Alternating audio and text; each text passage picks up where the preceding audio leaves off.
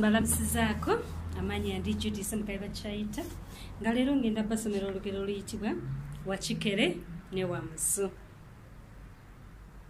Kyeweetemanga olwadde bw'owona tokiwa. Lwawandiikibwa Jesse Sekamwa. Mu biseera eby'edda ennyo abayizi baali tebamanyi ngeri ya kulyamu musu mwene oba emmangala. Wakikere ye yabayigiriza nga bwe tunaalaba mu lugero luno. Awo lwatuuka nga Wakikere babeera ba mukwano ne Wamusu era nga babeera mu maka gaabwe wamu. Naye olumu gye baakuba okutu ng'abayizi baasiira embwa zaabwe anti nga bayigga Wamusu. Wamusu teyalwana n'aduma adduke ekibabo.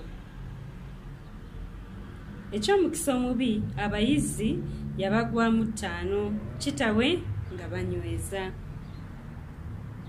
Olwali okumukwata Wakikere mukwano gwe naye n'atuuka awaali abayizi n'abagamba nti abange okulya Wamusu n'okumuwoomerwa obulungi temumukuba kusekalootera. Olwo nno nga Wamusu yeefiisizza era temumubabulako bwoya na muliro yadde okumusalaasala. Mumutwale eka musale oluwombo lunene nnyo mumuseemu era mumulungemu omunnyo, ennyaanya, entungo ensiike era nga nsekule n'enswa ez'ekipooli. Musibe bulungi oluwombo mumusaaniike mu ntamu mumufumbe. Mujja kulya Wamusu n'okwenuguuna mwenuguune.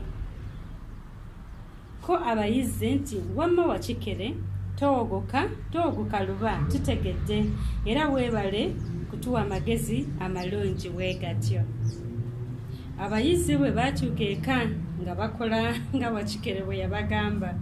Baba bamaze okusiba oluwombo omuli Wamusu nga balubeetabeeta okulusa mu ntamu. Wamusu n'asamba oluwombo ne lwabika n'afuumuuka embiro yogayoga mu maka gaabwe ne Wakikere. Yali yenna avulubanye ebirungo ebyagala n'okwasa omuntu ennyindo. Wakikere olwamala okukulisa Wamusu okuwonera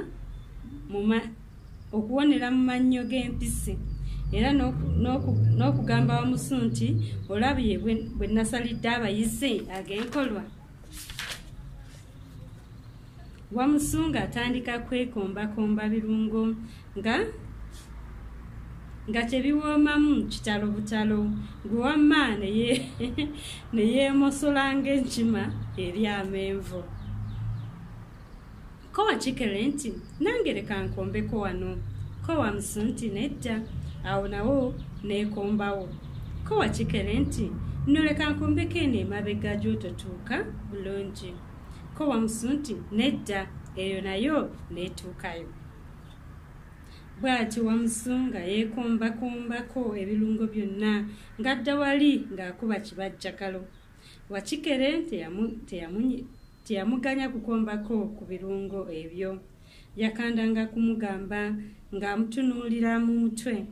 Wakikere ng'amalusu gamusolobera naye nga talina kyakukola. Gwe wamma n'afiira muli eddoowo. Bw'atyo Wamusu ng'awemukira ebunyolo ng'atalidda Buganda. Ko Wakikere muli nti weeteere. Gw'osusse emmwanyi omusanga ku nnyanja nga yawungula. Wayita ennaku mbale gye baakuba amatu ng'abayizi baleekaana era nga baweeredde n'embwa zaabwe bazze bayige Wamusu omulundi ogwokubiri. ko Wamusu nti leka mbeetegule ejazi mukazi wa mwana. Wamusu bwe yafubutuka okudduka yagwa mu ntuula z'abayizi Ssempala nga banyweza. Baba kibajje bamukwate nga Wakikere ono yagobye Jamale ng'agamba abayizi nti bataka bannange amagezi ge nabawa luli ng'abaliisa maluma.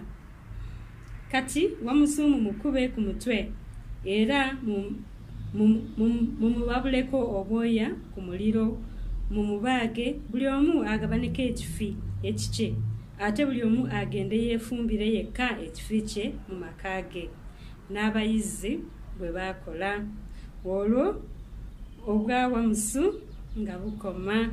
Nangaawo we nalabira.